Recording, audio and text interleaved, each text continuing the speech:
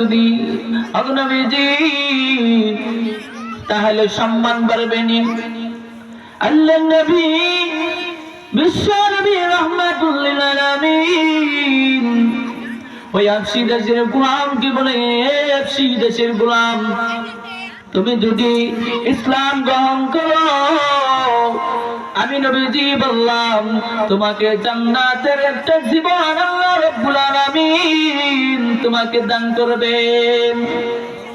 আর তুমি বলেছো তোমার শরীর থেকে গামের দুর্গন্ধ বের হয়, আমি বিশ্ব নবী রাহমাতুল লিল আলামিন বললাম তুমি যদি ইসলাম গ্রহণ করো তোমার শরীর থেকে গামের দুর্গন্ধ নয়, তোমার শরীর থেকে মেশকে আম্বরের চাইতে সুগ্রাম বের হবে। এবং তুমি বলেছো তোমাকে কেউ কাছে টানে না। আরে সেই দেশের গোলাম তুমি যদি ইসলাম গ্রহণ করো আমি বিশ্ব নবী